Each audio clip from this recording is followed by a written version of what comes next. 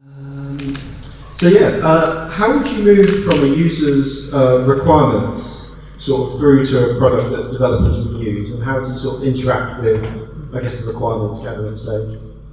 That's a great question. I would say it's best to move as quickly as possible. You don't want to get the feedback and hide out for like 2 months before you reply to them. A lot of times you can write out a really quick prototype, or you can just grab a piece of paper, draw out what you think they want, and ask them, is this what you're thinking of?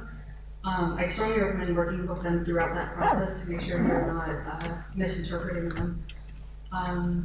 As for the general question of like how you move from feedback to feature requests, it's often best to get a lot of feedback and then consolidate it all together and pull out the big themes. You might hear people from a lot of different teams say, I'm having a really hard time finding my data, for example, in different ways. So instead of acting on one person's feedback, you might get a more insightful answer if you ask a lot of people and then move from there. How would you evaluate the sort of ongoing usability and UX of developer tools kind of over time? What sort of maybe KPIs or metrics could you use for tracking? I'm not sure if I could specify specific metrics. I'm sure if you really wanted to instrument your website, you could like count like number of views or the amount of time people spend. But at my past company and now, we as a company would send out developer surveys where they'd say, how happy are you with the observability tools? How happy are you with the cloud teams tools? And from there, we realized that after we spent about a whole quarter working on improving the user experience of our tools, we ended up increasing a number of points of satisfaction with our observability tools. And so maybe quarterly or every 6 months, you can send out a developer survey and see what how people rate your tools. How would you also find the right level of sort of documentation for a tool compared to, say, writing a man page covering every flag versus sort of a stack trace kind of? How can you gauge where to pitch the documentation? Well, for command line tools, I would say the step one is just to stop rolling your own command line parser. There's so many libraries for every single language for parsing command line flags, and you can include the usage right there. It's all very standardized, and yet, in spite of that, I still see so many command line tools that literally take whatever the arguments are and then parse it by spaces and then rolls it all yourself. That's terrible. So for command line tools, that's I think sufficient documentation. But I do think there's room to go beyond that. A lot of teams find success with frequently asked questions where if people are always asking you the same question in your chat rooms, for example, write down the answer once, always link to it, and that's usually a good way of figuring out where people are struggling. As for where to go with documentation for other kinds of tools, it's hard because I think tools can be really easily made outdated, especially if you're making changes every day. You can do your best to write down the documentation as it comes out, or as you make changes, but I think maybe when it comes to internal tools, it's kind of okay for things to get a little bit outdated as long as you fix them as you realize. Yeah, I would say make sure you have a frequently asked questions page and just answer every question that you see that comes up more than once. A really interesting question here is what's your opinion on chaining tools and sort of putting tools together so that a developer's got a single interface? So the example we've got in the question is, imagine you're building an app with Gradle and then you add a task to launch a container, so maybe you just test, and then everyone learns Docker on the team, and sort of, how do you pitch kind of that level of, I want a command to do everything, but I don't want to sort of learn everything at the same time? Yeah, that is a great question. I think that when you're on a DevOps or internal infrastructure tools team, you do have to communicate a lot with every other kind of internal tools team. So maybe you're the team that handles build and deploy things like Gradle, and maybe there's another team that handles everything for orchestration and Kubernetes. You'll probably need to meet with that team a lot to make sure you're adhering to the same kind of interfaces. I mean, I guess I do think in an ideal case, everything would just magically work.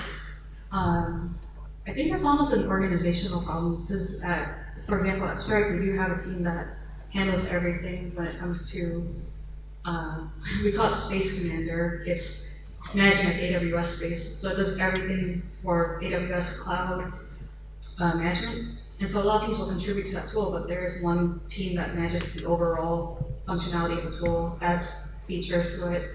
Just this morning, we finally added autocomplete, and I was really excited. So I would say having one owner for that whole life cycle of building that tool would probably make it easiest to build like tools that can chain together well. So this is an interesting question. I'm trying not to paraphrase. I might just ask you directly. So there's a trend of CLI tools in UX of sort of command, noun, and verb, which is in the question. And do you think this is a good idea? I'm not sure I've seen that myself. Can you repeat command and command, noun, verb? Do you think this is a good idea? I'm not sure what that word is. Command, noun. Command, noun, and verb. Oh, command, noun, verb.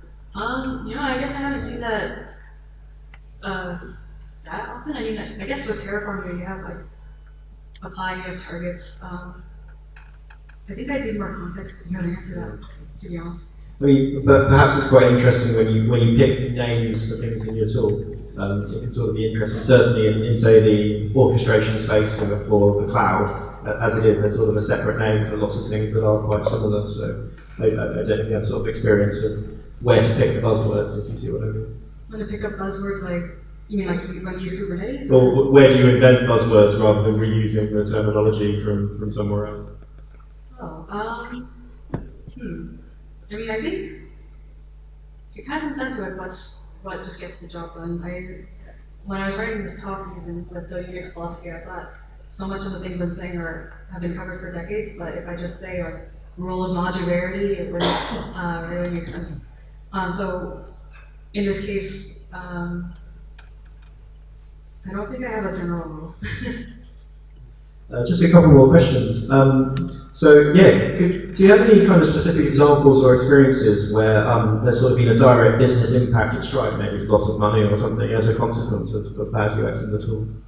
Yeah, this is not my company, but I had to read a postmortem because it was someone we had a contract with. Have you ever heard of that tool where you can SSH into multiple boxes at once and start the same command on all of them?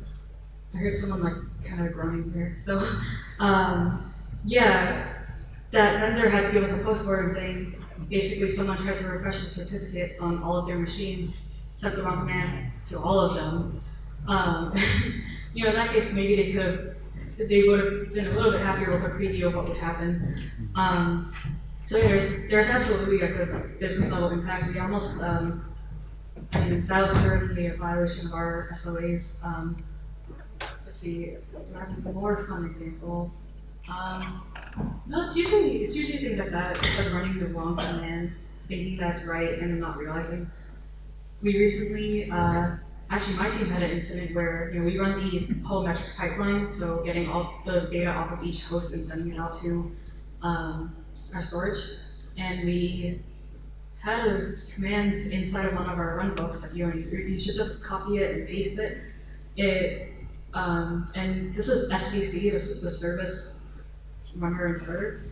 I tried to restart the service, there was a typo. It turns out SVC does not return, it returns 0 no matter what. It will never ever give you an error. So if you make a typo, if you give it the wrong path or anything like that, it will just say, okay. So we thought we'd restarted, spent like an hour trying to figure out why things were still broken, and only to realize that there was a typo and SVC didn't tell us, and that we just needed to run that command again, and everything was fine after that. But that was a whole hour of metrics lost, which is pretty horrifying. And just finally, this is not a sort of loaded question at all, but what's your preferred programming language to build command line tools and why? Well, I'm going to say Python, but I will admit I don't have, that's pretty much choosing between like Python, C, Ruby. That's pretty much all the only tools I've used. I hate Ruby. I can't really have an explanation for that. I think the reason why I like Python is that argparse is pretty great. You can just set the flags that you want. It's not C. You don't have to do your own string magic.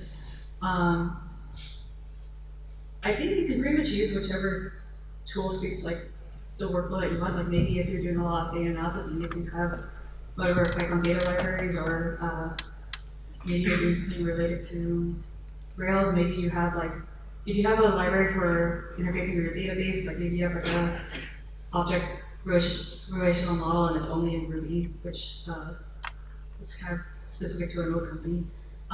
You know, you can choose the language you want as long as it's easy enough for people to use. I don't think it's that important. Okay, thank you very much, Amy.